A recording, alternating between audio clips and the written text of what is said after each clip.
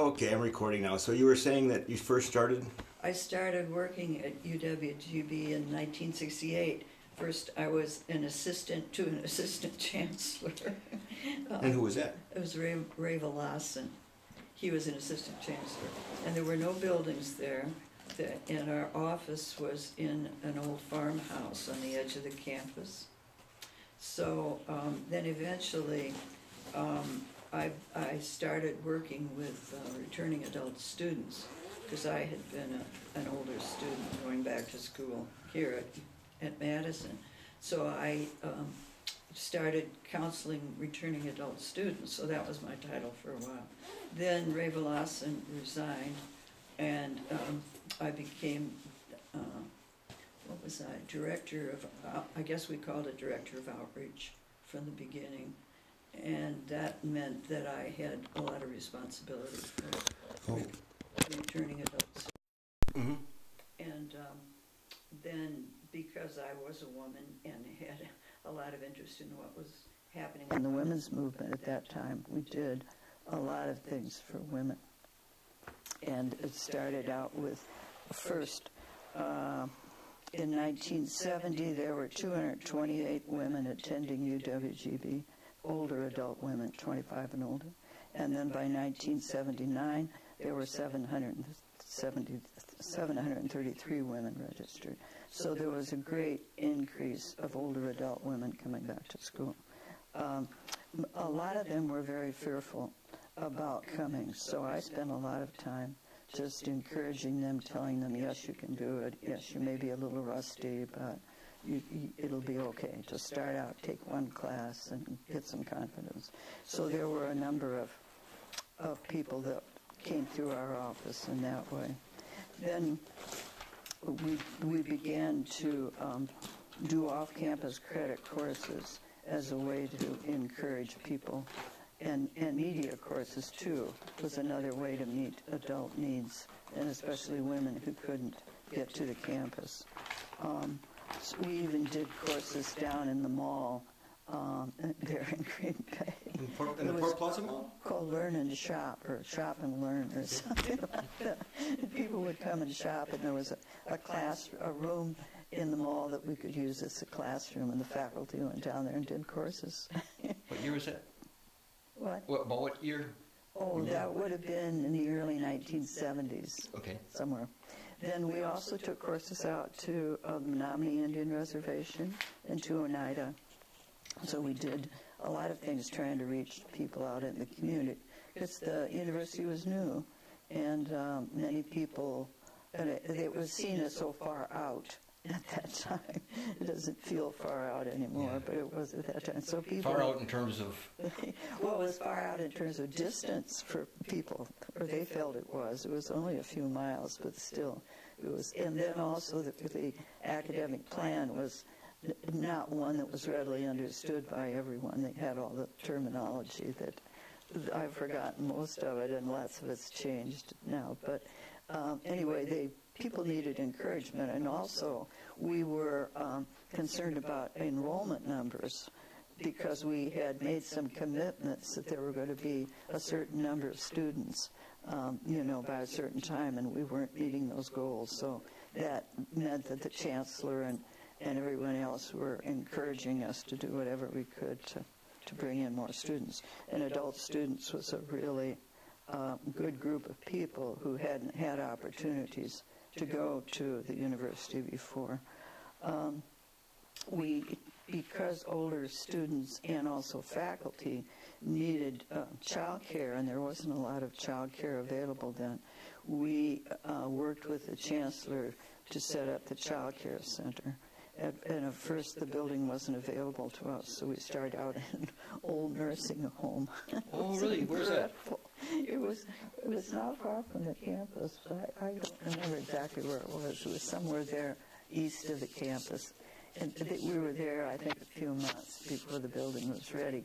And that building was an old cottage that had, do you remember that, Paul? It was right there on the campus. Yeah, up on the rise. Yeah, and it was remodeled. And Widener was very much into supporting doing things for children.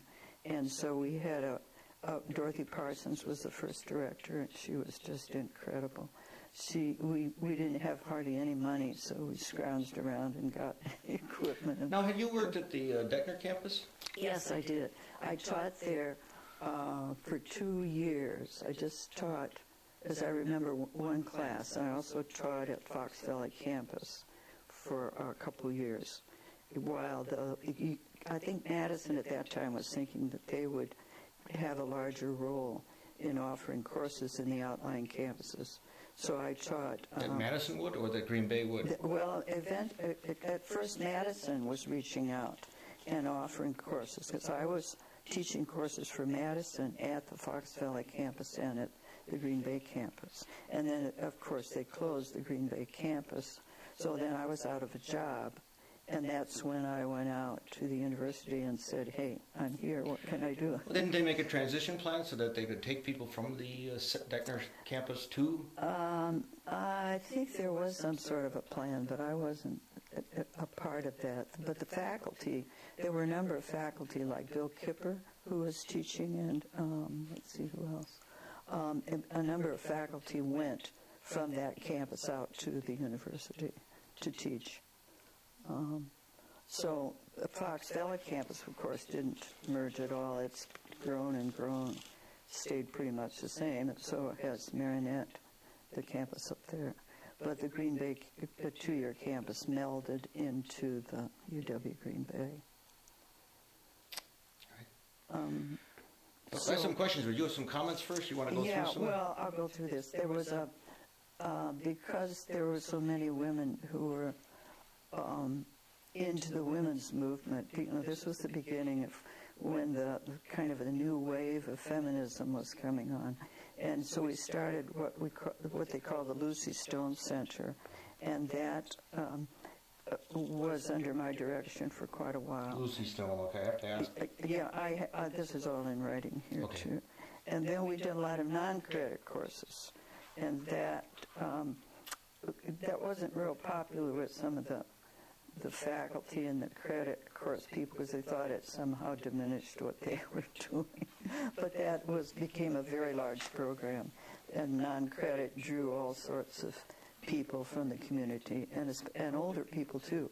And Paul, we started, there's a program now where older adults, I think it's 60 and above, can sit in on classes free.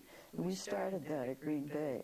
Widener, I used to bug him about doing this, and he said, we can't do it because it's illegal. We'd have to get permission from the regents. And finally, I bugged him enough, so he said, well, just go ahead and try it, and we'll see what happens. Well, did any other campus do it before? No. Stevens Point then picked it up. Dreyfus was the chancellor of that campus, and he picked it up, and I think he claims that they started it, but in fact we did before it was legal, and then they made it legal. And then for a long time the classes were free, and the regents got uptight about money in the legislature, and they charged some, but now it's back. You can audit any number of courses at any campus of the system free. It's unbelievable. We did elder hostels. How did that get started?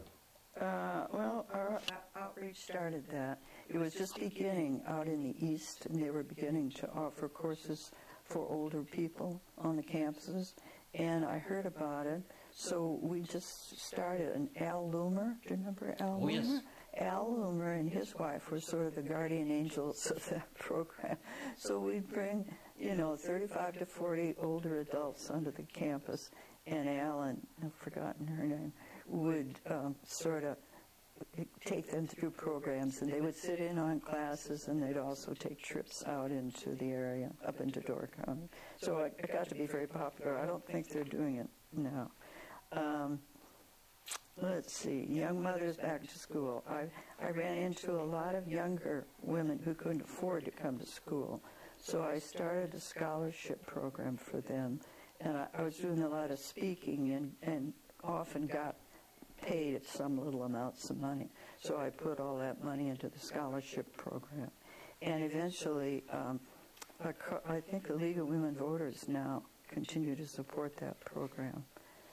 at least they asked me to come back and speak and talk about the early days of the scholarship program. So, but then I did this may not be of interest to you, Paul, because I was getting older, and I was feeling there was so much negativity about getting older, especially for women, that I decided to go back to school and do some research on creativity and aging women.